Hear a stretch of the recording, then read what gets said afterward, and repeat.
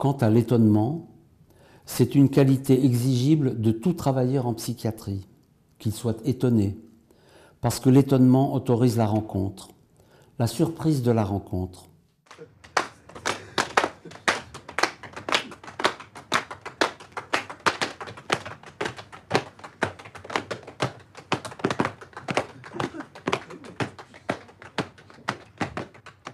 Ce film, il est très improvisé.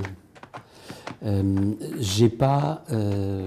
suis pas arrivé là avec des idées toutes faites sur la façon de filmer, quoi filmer, comment cadrer, comment faire, comment me débrouiller, etc. C'est pas du tout comme ça. Je n'arrive pas dans un lieu comme l'Adamant avec un plan de travail, avec un programme tout fait, avec une intention précise, l'intention de dire quelque chose de précis, de délivrer un message, d'illustrer une thèse sur la psychiatrie aujourd'hui, ou quelle qu'elle soit, mais j'arrive là avec le désir de me laisser porter par les événements, petits et grands, qui animent ce lieu, qui font partie de ce lieu, par le quotidien de cet endroit, sans savoir, au moment où je commence le film, quel en sera le contenu, qui en seront les protagonistes, quelle en sera ni la fin, ni le chemin que ça va prendre. C'est-à-dire que, pour moi, faire un film comme celui-là repose sur un point de départ fort. J'ai besoin d'un point de départ fort au début. Je sais que si je vais sur l'Adamant, pour ce que j'en connais, c'est un peu ce que c'est avant de faire le film, bien sûr, mais je sais que c'est un lieu dans lequel il se passe des choses. C'est un lieu dans lequel on pratique une certaine psychiatrie aujourd'hui, que cette psychiatrie n'est pas majoritaire, parce que dans beaucoup d'endroits, beaucoup d'hôpitaux, beaucoup de centres de jour, la psychiatrie va mal, elle n'a pas les moyens, les gens n'ont pas les moyens humains de travailler dignement.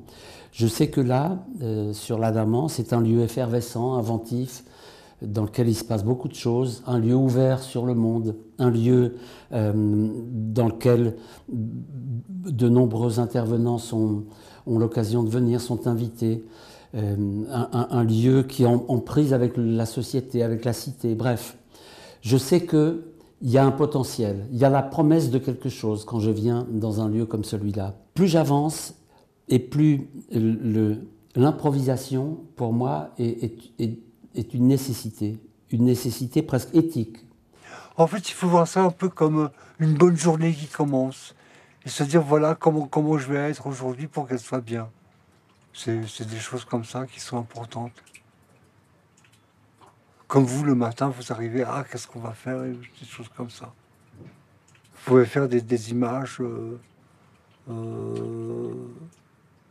sauvages. Un peu comme un photographe qui prend d'un seul coup un truc. Comme Doisneau a pris les amoureux devant la mairie. Il l'a fait d'un truc comme ça. Comme les reporters de guerre. Filmer utile, pour moi, ça ne veut rien dire. Filmer utile. Vive, éloge de l'inutile, éloge du flou, éloge de tout ce qui vient contredire les évidences, de tout ce qui vient complexifier les choses. Il ne s'agit pas de filmer le plus possible, il ne s'agit pas d'engranger le plus possible, pour faire le tri après, mais on construit. Tourner, c'est construire. C'est déjà esquisser quelque chose. Si bien que le montage, au fond, c'est pas forcément en rupture. Tout d'un coup, c'est un peu naturellement ce qui suit le tournage. Je laisse les personnes qui me parlent dérouler leurs pensées sans les couper, sans les interrompre. Ça n'est pas des interviews. J'arrive pas le matin, je l'ai dit, avec une liste de questions, ni même avec l'idée que tiens, aujourd'hui, je vais faire parler un tel. Je ne fais pas parler. J'accueille ce qu'on me raconte. C'est pas tout à fait pareil.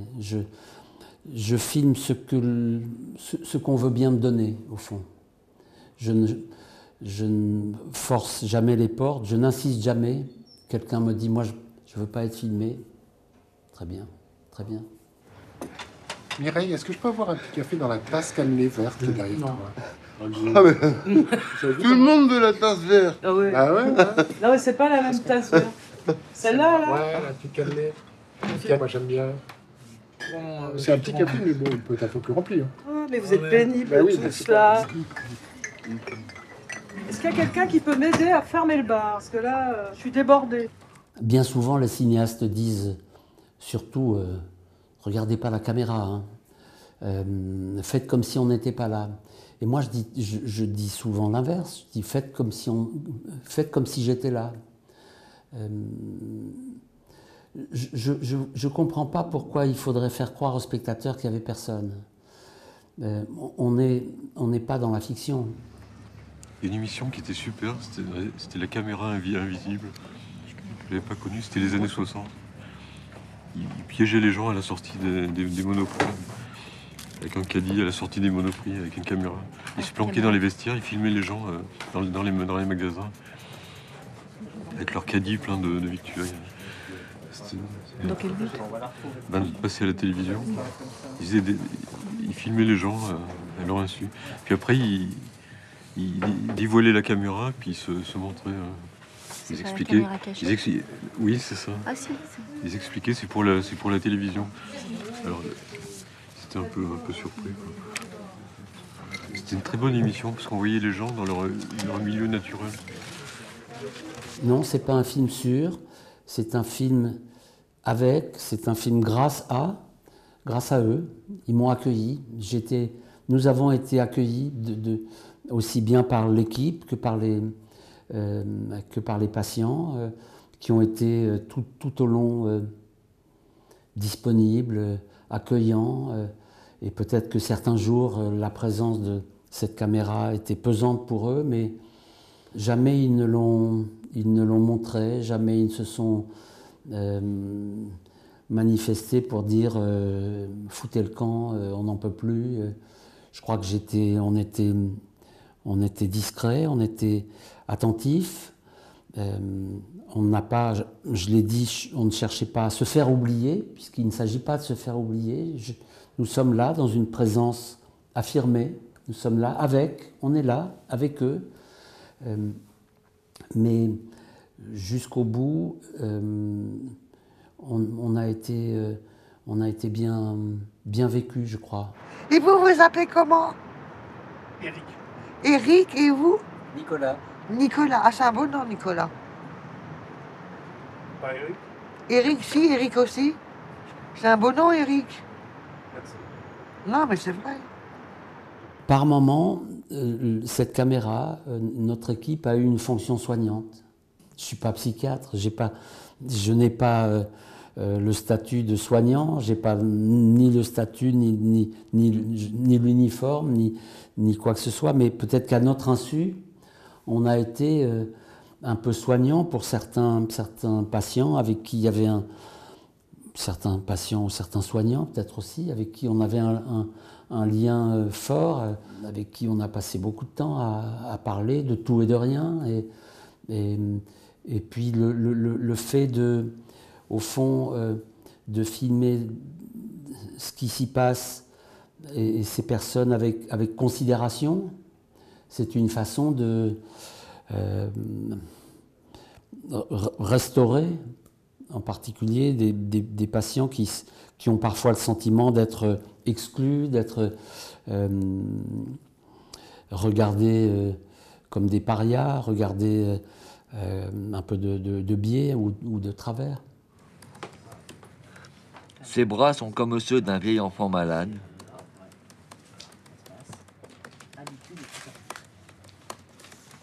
Il répand ses humeurs, il geint, il est maussade. C'est pas autobiographique, hein? Non, enfin... bon.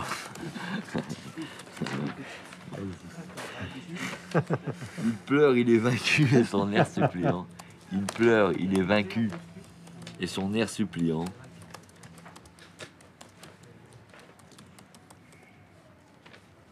Semble dire, deux points, ouvrez les guillemets, être à moi,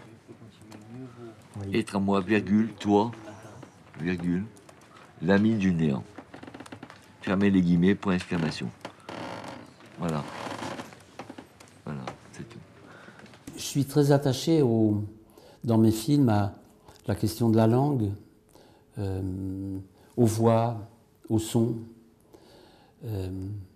aux accents, aux accros du langage, à la tournure des phrases, à la façon de dire les choses. C'est pour moi très important. Et c'est aussi parce que j'aime bien laisser la parole se dérouler sans interrompre les gens, que au fond je suis attentif au rythme des paroles, au rythme des mots. C'est pour moi essentiel. Je fais beaucoup mes films avec mes oreilles, je suis très très touché et au tournage et au montage par les histoires de rythme, de musicalité, les pleins et les déliés. Et quand je monte, par exemple,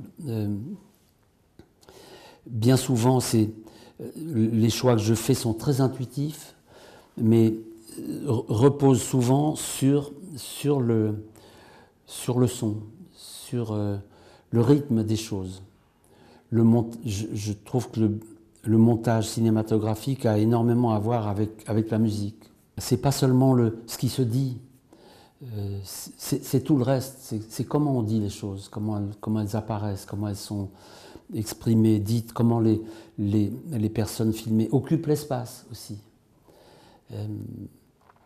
Les corps dans l'espace, la façon de se tenir ou de s'affaisser, d'incliner la tête, de regarder fixement, de ne pas regarder, de fermer les yeux, de respirer.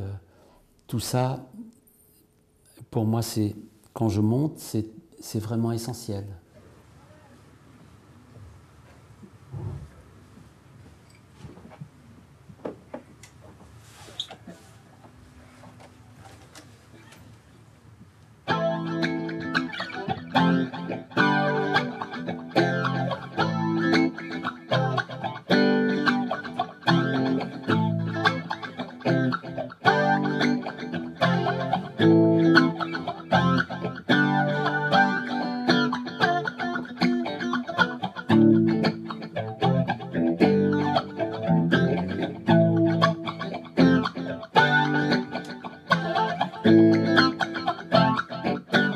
Sur l'Adamant, les patients ne sont pas considérés que à travers leur maladie. Ils ne sont pas regardés uniquement à travers leurs symptômes. Ils sont regardés comme des personnes qui peuvent avoir des centres d'intérêt, des talents pour la musique, le dessin, la cuisine, qui aiment marcher dans la forêt, qui aiment visiter un musée, que sais-je. Cette psychiatrie, c'est une psychiatrie qui essaye de faire du sur-mesure. C'est ça, cette psychiatrie humaine qui prend le temps d'écouter les patients, qui essaye de se donner les moyens de prendre le temps, qui essaye d'inventer, qui essaye de considérer chacun comme un sujet à part entière, un peu singulier, un peu différent. C'est ça, cette psychiatrie-là, cette psychiatrie qui considère que, certes, la chimie, les médicaments peuvent être utiles, mais c'est d'abord la relation qui compte. C'est d'abord la relation, c'est la base de tout, quoi. Et c'est cette psychiatrie-là qui est attaquée aujourd'hui. C'est comme si le rouleau compresseur de l'économie venait écraser tout ça. les directives qui tombent d'en haut, les algorithmes, bientôt les diagnostics par ordinateur, enfin tout ce qui fait, tout ce qui donne à cette psychiatrie une dimension humaine est piétiné aujourd'hui. Alors le film que j'ai fait n'est pas un film qui vient dénoncer tout ça. J'aurais pu choisir une autre piste, une autre voie et faire un film dénonciateur de tout ce qui vient écraser la psychiatrie. J'ai choisi à l'inverse un lieu un peu qui n'est en rien représentatif, mais qui en tout cas incarne cette psychiatrie humaine. Et c'est ça que j'avais envie de montrer avec ce film. Comment ça s'écrit un aquarium? A-Q-U-A-R. Attends, tu vas trop vite. A-Q. H-U? A-Q. A-Q. A comme Arnaud. Q comme Québec. Q comme A-U? Mais non. A-Q. H-U. A-Q. A-Q. A. A quoi? A-Q. A-Q. A-Q. A-Q, oui. Ah oui, je croyais que c'était un C. C'est Non, pas A-Q. c'est aquarium. A-Q. Comme on ne sort presque jamais de l'Adamant au cours du film, on peut avoir le sentiment que c'est un lieu clos, fermé sur lui-même. C'est tout le contraire en fait. C'est un lieu ouvert. C'est un lieu ouvert sur la cité, dans lequel il y a régulièrement des intervenants extérieurs.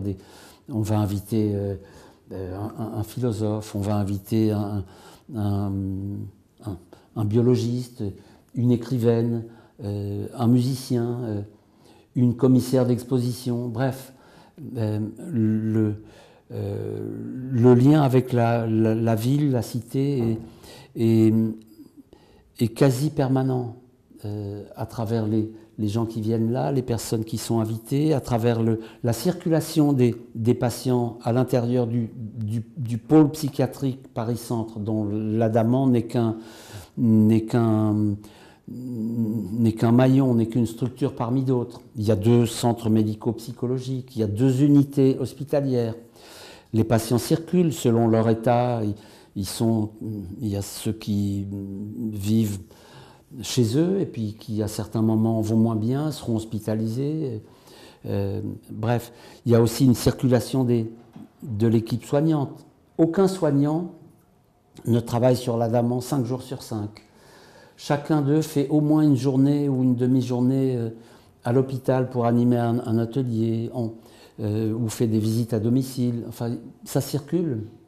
Et c'est cette circulation si importante qui fait que l'Adamant reste un lieu éveillé, reste un lieu dynamique, inventif. Il y a des sorties, on part, on va au cinéma, on va voir un spectacle de théâtre, de danse, un match, une expo, du street art. On fait une balade en forêt, on va chercher des champignons, que sais-je.